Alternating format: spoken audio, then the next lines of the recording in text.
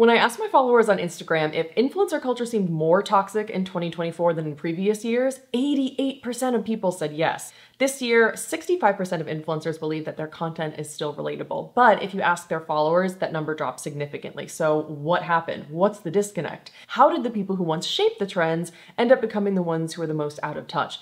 And why does influencer culture feel worse than ever? The overwhelming response to my Instagram poll was that overconsumption is just at an all-time high, and it's the #1 reason that people are burned out on influencer culture.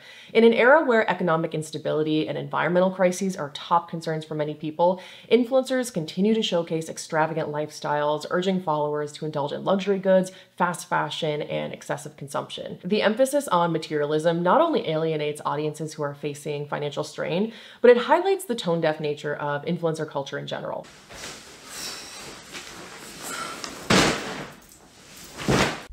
I love shopping, tanning, and celebrity gossip. Always have, always will. If you haven't seen some of the new spring and summer items from Abercrombie, let me fill you in. I can speak from personal experience that the amount of products influencers receive for free is shocking, and no human on earth would be able to use everything that they receive. One of the contributing factors to audiences feeling so burned out on influencer culture is that they all seem to review the same products and have a major focus on viral this, viral that. We see the same content regurgitated over and over again, and it starts to feel like a fever dream. Social media, which is supposed to be this big escape and connector, ends up being the very thing that contributes the most stress in our lives. It's no wonder people are so bored of this shit. I mean, when you see the same Summer Fridays lip balm over and over and over again, not only does it get extremely monotonous, but it also kind of starts to convince you that you need it. Not only do we have an innate biological desire to follow trends to fit in, but we also long for community. So if buying the latest viral product allows us to feel a sense of belonging for just a second, then it's pretty easy to spend that money. But that feeling is so fleeting, and influencers are really powerful because of their ability to influence trends and drive sales through these product recommendations. Some influencers intentionally prey on their audience's insecurities and exploit the fear of missing out so that they can make money, and others are more conscious about it but still end up promoting overconsumption as a byproduct of their content. Influencer culture preys upon individuals who are prone to impulse buying, and the trends and new releases are constantly changing, literally week to week, so there's always something new and exciting to buy or some deal you can't miss out on. So seeing an influencer spend $1,000 on a clothing haul makes it all the more frustrating in the context that the cost of living has increased by about 20% since 2020. And while inflation is decreasing, a lot of people are still struggling just to buy groceries and make rent. In the US, we have a major election coming up in just a few weeks. Sidebar, panic! And that has contributed to a lot of stress and fear in our lives. We're becoming increasingly aware of the long-term environmental and ethical effects of overconsumption, and it just feels like an overwhelming, endless problem that's far too big for any one individual to solve. Combined with several atrocities, conflicts, and natural disasters that we've seen all over the globe this year, life just feels heavy, and it feels heavier than it did in 2015 or so when influencers were kind of starting to take over. Since 2020, it just feels like the world has become an even scarier, more uncertain place. Oh, Lord. Oh, Lord. Oh, my God. Holy crap. These are stunning. These are freaking gorgeous. Holy shit. It's just hard to be excited when an influencer receives a Cartier bracelet for free just for reviewing a foundation positively in what probably took them no more than 2 hours of work. And so maybe it's jarring to see someone show their conspicuous consumption while many Gen Zers are like, I'm living paycheck to paycheck, hate my job, work 9 a.m. to 8 p.m. every day, don't have a life, will never be able to afford a house, and you're sharing this. I fear that one reason the younger generations also feel so unhappy is they were raised on a culture that preys on their insecurities and tells them happiness can be bought with things, which really was not as prevalent as when I was growing up in the 90s. I really fear for people who are addicted to scrolling through TikTok and watching influencers review products and show fashion hauls, because those voices are so much louder than anyone who's telling them to find fulfillment and joy through experiences and connection, or to find self-confidence through really knowing oneself and expressing your individuality. Easier said than done, of course. Like, it's a work in progress for all of us, but I didn't grow up with social media, and it was hard enough to develop my own sense of self without all of that extra noise and judgment. When influencers use exaggerated language like, "Oh my God, this lip oil changed my life." Or, "Run, don't walk. This dress is just on sale for 24 hours. You need to get this before it sells out." It just, first of all, pisses me off. But secondly, it creates the sense of FOMO, or fear of missing out, and that is a really effective psychological sales tool, whether it's intentional or not. And even more concerning is the amount of kids and teens that are spending their time on social media. Did you know that in 2024, 70% of teens trust influencers more than traditional celebrities? And by age 13, kids start to experience the parasocial effect, wherein they stop looking to their parents and their teachers for guidance and start looking to their peers. It used to be your peers are your friend group, but now I call it the parasocial media effect. Kids are also looking at influencers and their followers as their peers. According to a December 2023 report from the Pew Research Center, 58% of teens use TikTok daily, while 17% are on the app almost constantly. And the younger you are, the easier it is to fall prey to these pressures and expectations. But what we're seeing here goes way beyond just clever marketing or peer pressure. There's actually a psychological theory that helps explain why influencer culture has become so pervasive and impactful, especially in 2024. The cultivation theory. It was originally developed to explain the effects of television on viewers' perception of reality, and this theory is totally relevant to social media. Cultivation theory suggests that the more time people spend living in the media world, the more likely they are to believe that social reality aligns with the reality portrayed in media. In this case, the constant stream of unboxings, hauls, picture-perfect lifestyles and everything on our feeds is slowly but surely actually warping our perception of what's normal. So when you're scrolling through TikTok or Instagram for hours each day and you're seeing influencer after influencer showcase their latest purchases or flaunt their lavish lifestyle,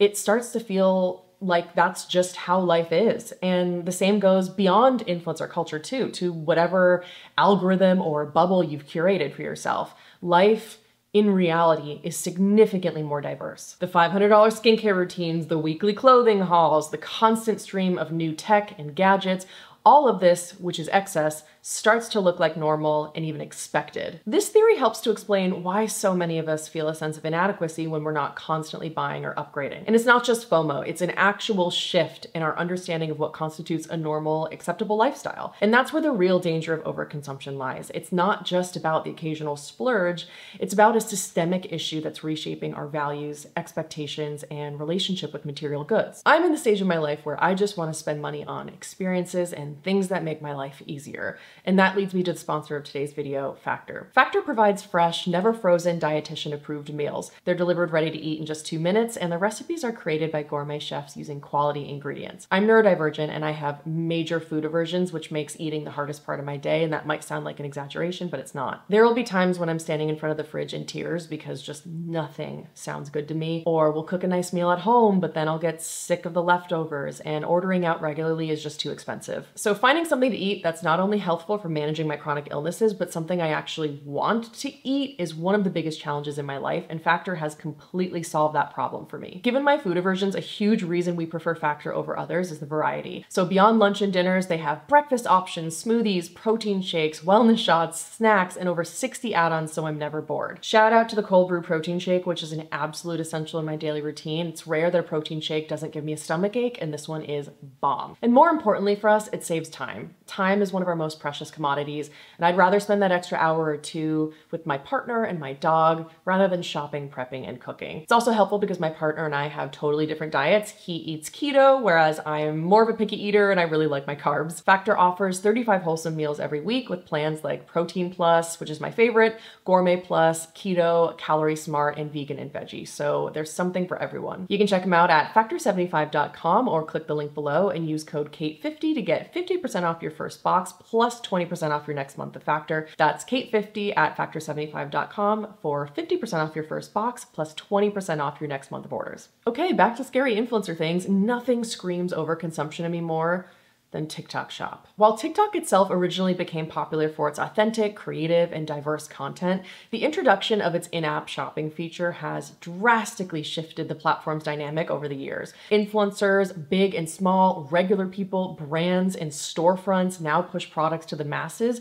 with opportunity for lucrative commissions and sales. Even ordinary users have become sellers, flooding the app with an endless stream of consumerism. This transformation over the past few years has led to a culture where where every scroll seems like a sales pitch, making overconsumption more pervasive than ever. I am sick of seeing this tag. Almost every single video on my For You page has this tag. Because TikTok's algorithm is so powerful and it allows creators with, pretty minimal followers to be seen by a wide audience, everyone seems to be just chomping at the bit to promote products from TikTok Shop. I scrolled through my TikTok in preparation for this video and I came across a sponsored post or a commission-based video selling products for TikTok Shop every 4 posts, even though my algorithm is specifically curated for ASMR, dog videos, music, concert footage, comedy content, cooking videos, you name it. Like, my algorithm is very much not influencer content. I have a whole separate account just to do research for these videos. And while this video is about influencers, it's also really notable to me that the biggest reason we're feeling so burned out on social media in general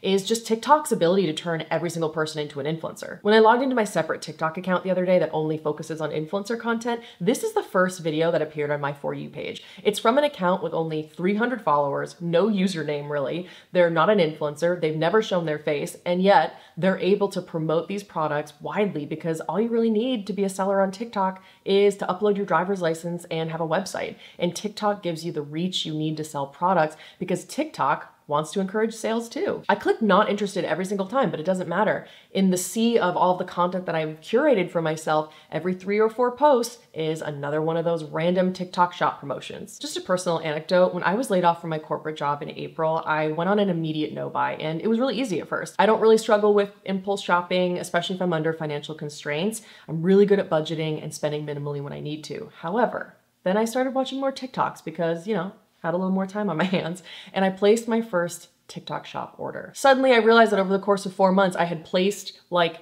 10 TikTok Shop orders, and only 3 of them really ended up being products that I liked. And I'm someone who has a lot of self-control, and I haven't broken my low buy in any other way. There's just one page, one click. You can see the photos, reviews, checkout information, everything you need on one page. So psychologically, you have fewer steps that could talk you out of making the purchase. It feels basically like Amazon, but even easier and without the free shipping and returns. And that's not to mention the insane sales that happen on TikTok Live. It only took me scrolling through about 10 videos to stumble upon this. Just telling everybody, the orange is my favorite. Why? Because you can wear it with anything. And that is why it is so amazing. It goes so good with so many colors. And it is such a great vibe. Because it has mica in it, you can wear it under your eye and it's gonna give you a glow. They have collagen. Guys, these ingredients will give you a silky, soft finish. TikTok Live is just the new QVC, and they suck you in by doing giveaways and flash sales that can be really tempting to those who are prone to impulse shopping. And I'm sure you guys have noticed, but a lot of huge YouTubers have kind of left YouTube and gone to TikTok Live specifically because they can make so much more money there, as views on YouTube just cannot compete with short form content. Double tap if you want to use Apple Pay, and then boom, purchase, it ships right to you, and you're able to get it instead of 127, you're getting 5 products for $75.99, but you're actually getting 6 if you are one of the first 150 people, because you actually get this little travel size as well. And who's my beautiful dog lady? There was a dog lady in the comments who wanted some travel skincare. This is travel friendly. It is one of my favorites. I'm using this on the plane back home along with my Medicube device. Personally, when I see videos like that, I feel stressed out. It feels just really aggressive. I'm like, why are you yelling at me? It's super chaotic. There are all these little stickers and buttons on the screen. I don't know where to look. Like, I don't know what's happening. It is definitely not the way to get me to buy something. TikTok Live kind of feels like the aggressive, chaotic hybrid between QVC and Amazon, where fast fashion gets promoted as if it's free. And why are the products so affordable? Probably because they're using cheap labor, exploiting workers, and providing inhumane working conditions. According to Glamour, there are 47.6 billion views of the hashtag TikTok made me buy it on the app. That's almost 48 billion. Billion with a B. The rise of TikTok Shop has fundamentally altered the way people engage with the platform, blurring the lines between entertainment and shopping, with influencers, brands, and even regular users promoting products in nearly every other post. Overconsumption has just reached a new peak. As TikTok becomes more like a marketplace than a social platform, it's not shocking that audiences are growing increasingly exhausted by the endless cycle of materialism. Another key reason for the growing disconnect between influencers and their audiences is the stark lack of awareness many influencers have about their own wealth and privilege. They often begin their careers as relatable figures, sharing their everyday experiences, only to rapidly transition into a life of luxury through brand deals and semi-fame. But they're often unaware of how their newfound status alienates their followers. As this privilege becomes more visible, the very relatability that once endeared them to audiences tends to fade. A lot of influencers don't realize that when you amass that large of a following and you get that many products for free and you're paid really high rates for a relatively small amount of work, you're no longer perceived as the normal person you were before, even if you still feel like the same person. They don't realize that they become viewed as extraordinarily privileged despite not being A-list celebrities. Perfect example of this is Hailey Bailey, a model and TikToker who recently came under fire after being a host for E! News on the pre-Met Gala carpet. She used a trending viral audio clip from Sofia Coppola's Marie Antoinette saying, "Let them eat cake." This video got over 21 million views and the internet went wild. So it's $75,000 per ticket to attend the Met Gala, and this year's Met Gala raised a casual $26 million for the Metropolitan Museum of Art's Costume Institute. These celebrities dress up in extravagant haute couture gowns and they walk the red carpet after passing homeless people and protesters in their cars. As much as I love looking at all the outfits, the Met Gala just continues to feel more and more dystopian with every year. It would be really nice to see some of that money get donated to charity. Tyler, 21, puts it in stark terms. "The world is in shambles," she says. "Everybody's getting laid off from their job. It's literally like the Hunger Games, where there's rich people in the Capitol and then everybody else struggling." So for Hailey to use a viral audio clip about the wealthy's indifference to the struggles of the poor is pretty wild, although it was a super trending viral audio clip that everybody was using, but you have to have context. The phrase quite literally is used to describe a privileged person, but what I find actually more interesting was her apology video, which really highlights the lack of awareness of her own social status as an influencer and her disconnection with her audience. Hailey insisted that she's not elite because she didn't even get to attend the Met Gala. She was just there to work the red carpet for E! And she didn't go to any after parties. Yet, we know that her apartment costs $17,000 a month. She has 23 million followers across all platforms. She has access to some of the most elite events and celebrities in the world. And according to Google, she has a net worth of $75 million. Which just proves why many of us do not want to follow any people like this anymore, because they are so out of touch, they are so delusional, and they are wildly disrespectful to try to make struggling Americans actually believe that they give a damn about what we're going through and that they comprehend the struggle that we're actually having. Her apology just reiterates why people were upset at her and influencers in general. She is part of the elite, just not the type of elite that she's thinking about. And that lack of awareness of social status also bleeds into their perspective on money and wealth in general. Did you ever date a guy that made 200K? Like a year? Yeah. No, what the? Are you serious? You don't think 200K is a lot? No, I want a guy that makes 200K a month. Okay, I mean, yeah, that's pretty good. Would you? I mean, like, 200K is like a lot of money. Like, my dad makes 200K. But like, that's like your hardworking dad. Like, we live in a whole different generation. That's true. It's easy to make money now. Yeah. Clearly. Look how much money we have and what do we do? Yeah, I want a guy that makes more money than me. Like, what? Yeah. I mean, it's shocking to say that it's easy to make money in 2024 when the average salary in the US is around $59,428 a year. But that's what happens when your entire reality involves creating content and living in a little bubble of your own creation. If you don't have another job keeping you grounded or a community of people that really keep you grounded, you become surrounded solely by other influencers you choose to follow and the feedback that you get from your community. It's no wonder why so many influencers seem obsessed with themselves when every single moment of their day is filmed and commoditized. Everything becomes about them all the time and every moment is an opportunity. It's the rich getting richer, that they're flexing their wealth amid seemingly constant layoffs that won't give people a break, that it's gauche to show such conspicuous consumption when it can feel like many Americans are struggling to even afford rent. It's these exact blind spots that have contributed to influencers being so increasingly out of touch. Adam Brody actually said something really interesting in an interview I came across recently, and I think it really encompasses a little bit of the acknowledgement that audiences are looking for. We are so financially secure and we have such dream jobs with such dream schedules that we are allowed the freedom. We are free from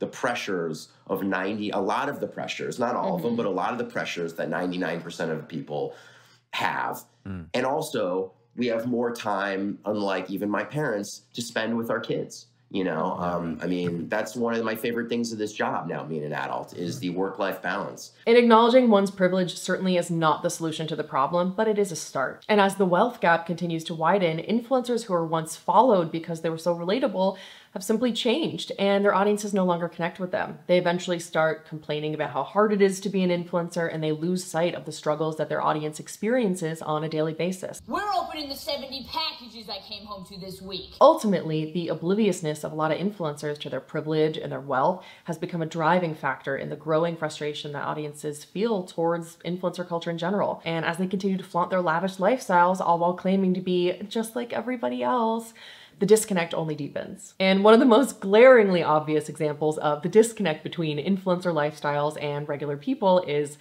brand trips.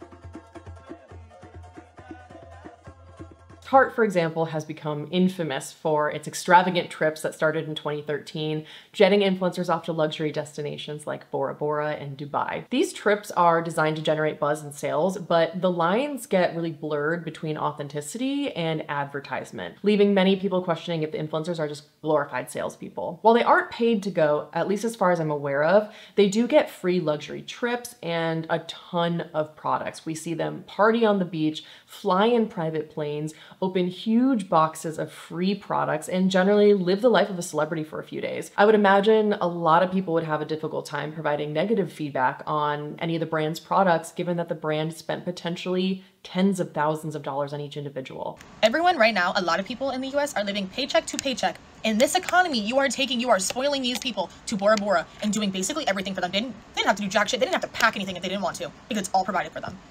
In this economy, they're so tone deaf. That is so tone deaf to me. But brands like Tarte are not going to suddenly change their strategy and start taking genuine fans, regular people, and micro-influencers on these trips. There's not a chance in hell. Because despite the immense backlash that happens every single time there's a Tarte trip, the brand rakes in millions of views, which undoubtedly convert to sales. You have got to watch Nikki Reardon's video on brand trips. He's currently my favorite YouTuber, and this is gonna blow your mind. Can you guess how much the Tarte trip in Dubai cost? They sent over 50 influencers, and they estimated that it cost about $65,000 per person, bringing the entire cost to over $3 million to send your favorite influencer on vacation. However, this trip went on to generate an estimated 130 million views on TikTok, increased the brand's engagement rate by 68%, increased website traffic that month by 150%, and sales of the featured product in that trip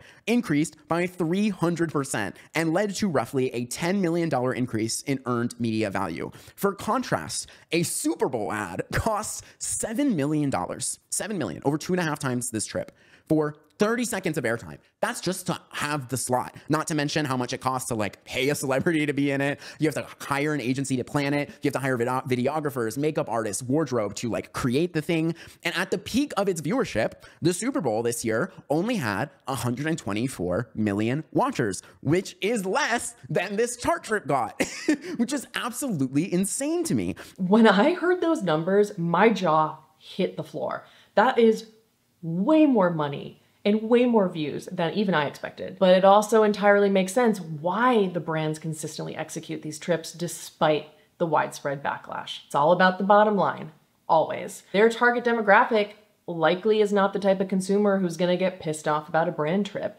They're not worried about losing their fans. They've been doing this since 2013. A lot of other brands have too. It's super successful for them. And I absolutely don't blame the influencers for going on free trips. If a brand asked me to go on a luxury, all expenses paid trip, I'd be like, hell yeah, when and where? I can't afford to do that myself. So I understand why these trips happen and why influencers participate in them, but it still feels in bad taste to spend millions of dollars on each trip just for brand exposure when the rest of the content on our feeds relates to war, politics, or climate change. It would be great if these brands could throw trips for some of their biggest consumers, or if the brands could, gift products to their influencers to do a bunch of giveaways for their followers. While lavish brand trips undoubtedly generate massive exposure and profits, they also highlight the endless commercialization of influencer culture. At the end of the day, it's all about the bottom line, baby. Influencers often claim that their work is challenging, but these complaints have led to significant backlash, with one prominent example being Michaela Noguero's infamous video where she complained about working until 5 p.m., sparking widespread outrage. Her remarks highlight a disconnect between the nature of influencer work and the realities faced by the average worker. While influencers may experience stress, their ability to control their workload and lifestyle differs drastically from the demands of more traditional jobs. Every single day, I get up at 6 a.m. I spend about 5 to 6 hours filming video content that ranges from 3 to 4 videos, and I spend a few hours editing that video content. Then I have to work on my other social media profiles, whatever it may be, Instagram, whatever. It's fucking marketing. Then I'm in meetings from 12 to 5. I literally just finished work and it's 5:19. Try being an influencer for a day. Try it.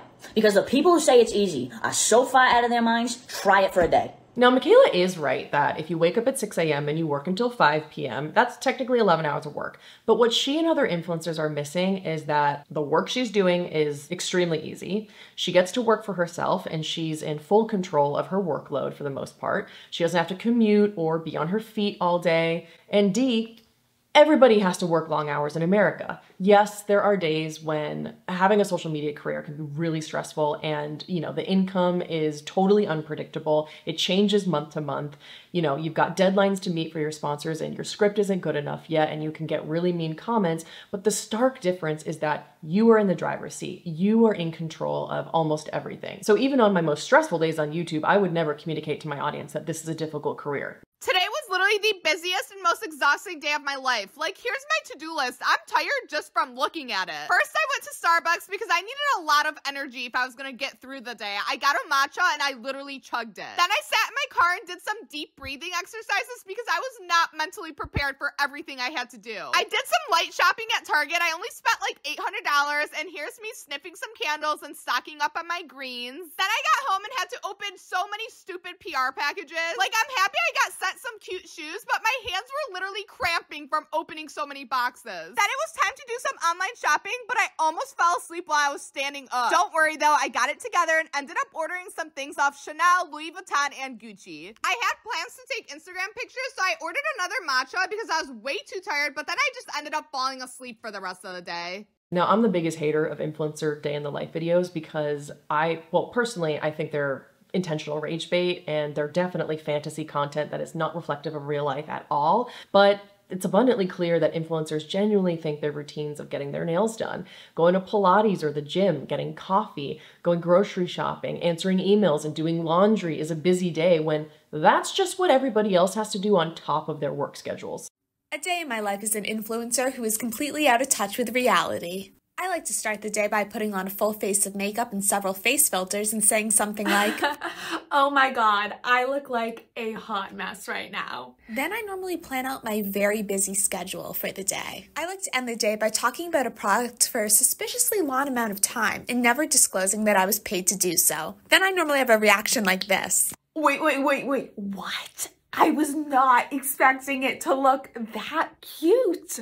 And that's not to discount the work that influencers and digital creators do. I know from experience, there's a lot of work that goes into running successful social media pages. But comparatively speaking, you just can't argue that being an influencer is more difficult than a traditional job. So to act like this while we are actively experiencing significant layoffs in the United States is maddening. In the US, mass layoffs have happened across many industries because of cost-cutting measures, economic uncertainty, and rapid growth that then led to inefficiencies. For example, 384 tech companies have laid off more than 124,000 employees in 2024 alone, adding to the 428,449 tech workers who lost their jobs in 2022 and 2023. And that's just one industry. Tech, finance, entertainment, manufacturing, fashion, startups, and so many other industries have experienced significant layoffs in 2024. So I just don't feel bad for Michaela having to work an 11-hour day. Join the club, babe. When influencers downplay their privilege and express frustrations about their workload, it only widens the gap between them and their audience, further driving the disillusionment with influencer culture. We all know that influencers have significant power over culture despite lacking the expertise, education, or real-world experience in the areas they influence.